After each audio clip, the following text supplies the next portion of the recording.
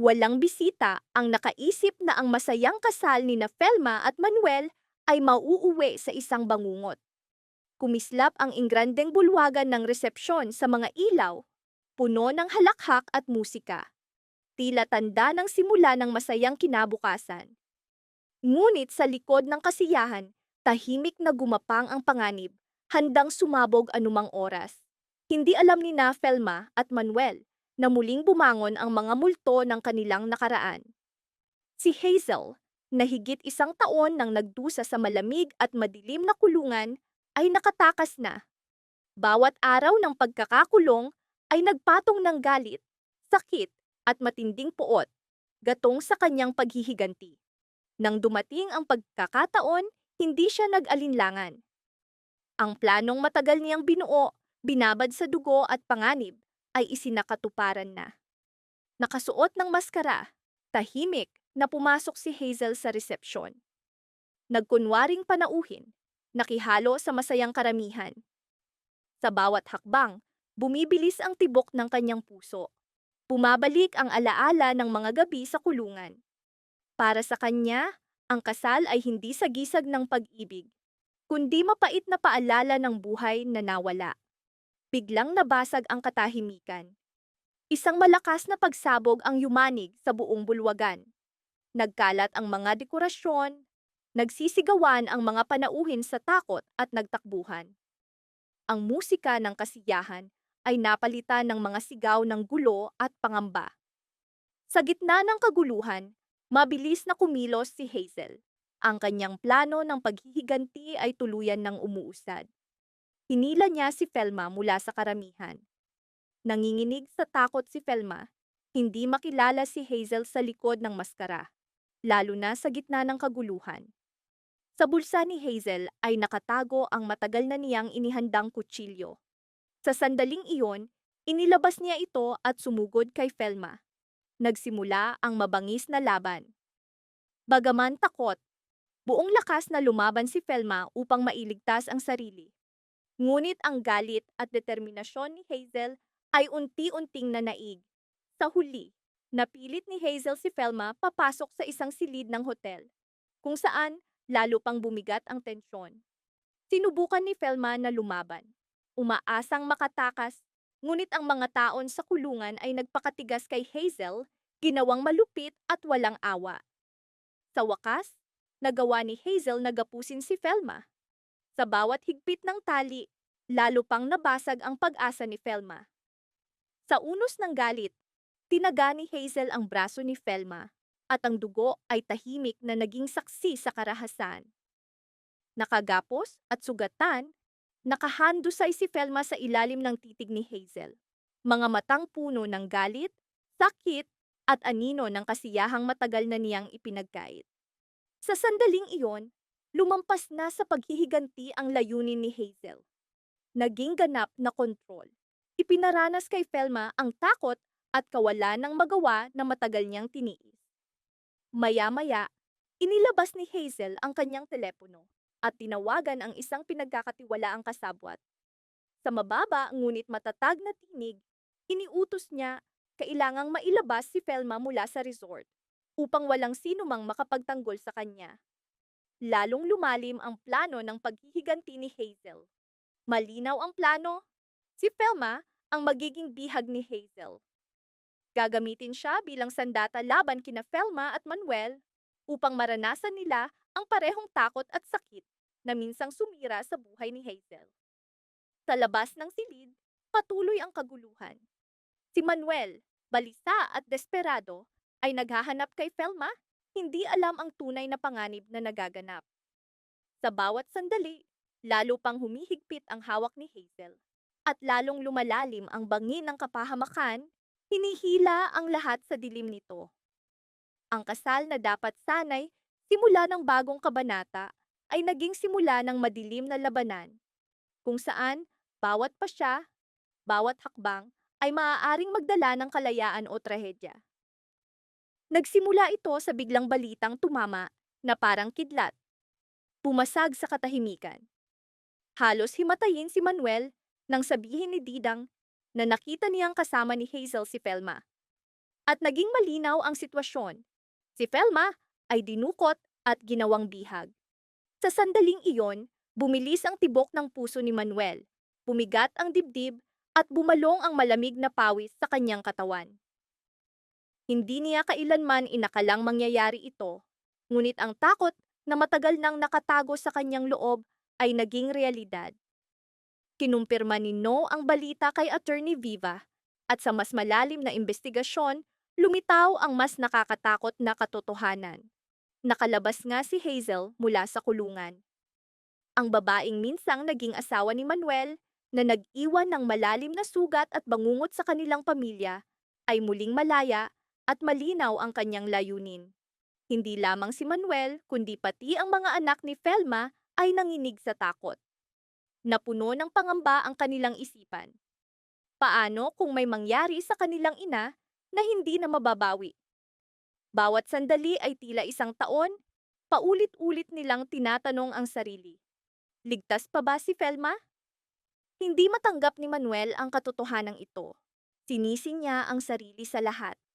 Paulit-ulit siyang binabagabag ng tanong, bakit hindi sila naghanda sa posibilidad na makatakas si Hazel? Bakit nila inakalang tapos na ang bangungot na ang babaeng puspos ng galit at paghihiganti ay hindi na babalik? Lalong bumigat ang kanyang dibdib sa pagkakasala. Ngunit sa gitna ng takot, nabuo ang matatag na pasya. Hinding-hindi niya hahayaang masaktan si Felma. Hindi na muling bibigyan ng pagkakataon si Hazel na sirain ang kanilang buhay. Agad na tumawag si Attorney Viva sa pulisya. Isang SWAT team at mga bihasang opisyal ang ipinadala. Napalibutan ang buong resort, mahigpit na binantayan ang bawat pasukan at labasan upang hindi makatakas si Hazel o madala si Felma. Sa mga tensyong pagpupulong, malinaw na sinabi ng mga autoridad, ang hostage taker ay walang iba kundi ang dating asawa ni Manuel, si Hazel. Pinalaan ang lahat. Isang maling galaw ay maaaring magbunga ng kamatayan ni Felma. Ngunit habang tumitindi ang sitwasyon sa ibaba, sa itaas ng bubong ng hotel ay mas nakakatakot na eksena ang naganap. Magkaharap sina Hazel at Felma. Ang malakas na hangin ay tila nagdadala ng bigat ng kanilang damdamin. Naglalagablab ang mga mata ni Hazel sa galit at puot. Samantalang nanginginig si Felma hindi lamang sa lamig, kundi sa takot at bigat ng sandali. Nagsimula ang sagupaan. Kapwa sila kumapit sa gilid ng bubong. Bawat galaw ay sinusubok ang kapalaran. Sino ang mabubuhay? Sino ang babagsak? Mula sa ibaba, napanood ng mga anak ni Felma ang lahat. Ang kanilang mga sigaw ay pumunit sa kanilang lalamunan, ngunit walang tunog na lumabas.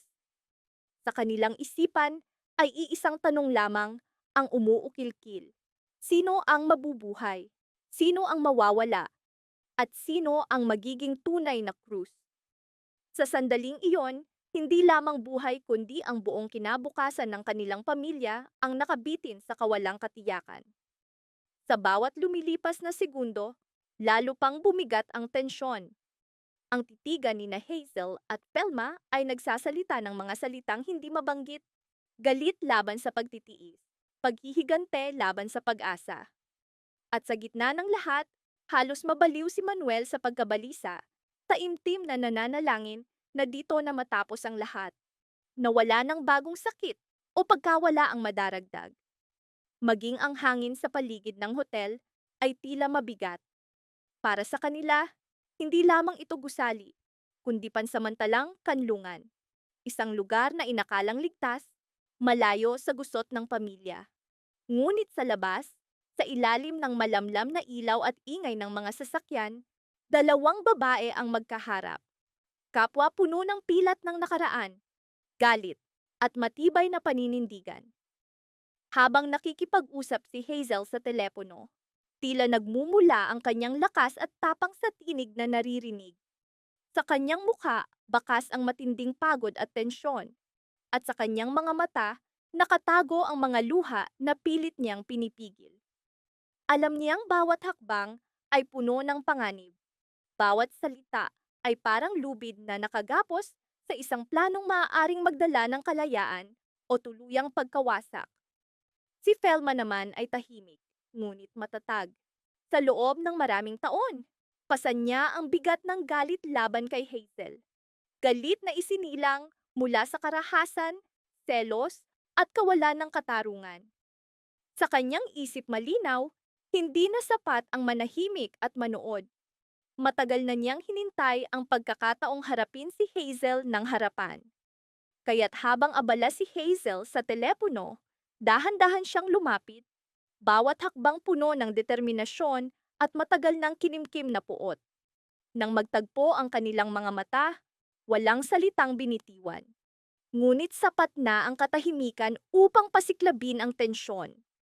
Bigla silang sumugod sa isa't isa, nagbunot ng buhok, nagsakalan, ibinuhos ang mga tao ng naipong sakit at galit. Mula sa di kalayuan, pinanood ni na Manuel at ng kanyang mga anak ang lahat. Kita sa kanilang mga mukha ang takot at pagkagulat. Nakita nilang naglalaban ang dalawang babae sa gilid ng bubong ng hotel. Halos mawala ng balanse. Alam nilang isang maling hakbang lamang ay maaaring magtulak sa tiyak na kamatayan. Bilang ama at haligi ng pamilya, pinalot si Manuel ng matinding pagkabalisa. Hindi lamang dahil sa nakikitang panganib, kundi dahil alam niyang mas malalim ang ugat ng tunggalian ni na Hazel at Felma. Isang ugat na maaaring tuluyang magwasak sa kanilang pamilya. Nagpatuloy ang laban ni na Hazel at Felma. Agad na nag-alerto ang mga pulis na nakapuwesto sa paligid. Nakatutok ang kanilang mga kamay sa armas, ngunit bakas ang pag-aalinlangan sa kanilang mga mata. Alam nila, isang maling galaw ay maaaring magbunga ng kamatayan. Sumigaw si Manuel, puno ng galit at kawalan ng pag-asa. Ipinagtanong niya kung bakit hindi na lamang barilin si Hazel upang matapos na ang lahat. Ngunit mariin at kalmadong tugon ng isang opisyal. Hindi ganoon kasimple. Ang biglaang puwersa ay maaaring maglagay sa panganib kay Felma o sa iba pang inosente. Kailangang planado ang bawat hakbang, tinutimbang ang bawat posibilidad, sapagkat sa isang iglap maaaring maging trahedya ang lahat. Lalong bumigat ang atmosfera. Bawat segundo ay tila nakapirming oras. Ngunit sa likod ng eksena, may lihim na nagaganap. Si Hazel, kahit sa gitna ng kanyang karahasan, ay nakikipag-ugnayan sa mga taong handang tumulong sa kanya. Ang kanilang plano, ilabas si Felma mula sa resort at dalhin sa ibang lugar. Isang hakbang na maaaring magbukas ng bagong kabanata sa kanilang kwento. Hati ang isip ni Hazel sa takot at pag-asa. Alam niyang ang pasyang ito ay hindi lamang para sa kanya, kundi maaaring humubog sa kinabukasan ng lahat. Si Felma, habang nakahawak si Hazel sa kanyang leeg at nakabitin ang kamatayan, ay hindi nagpakita ng kahinaan.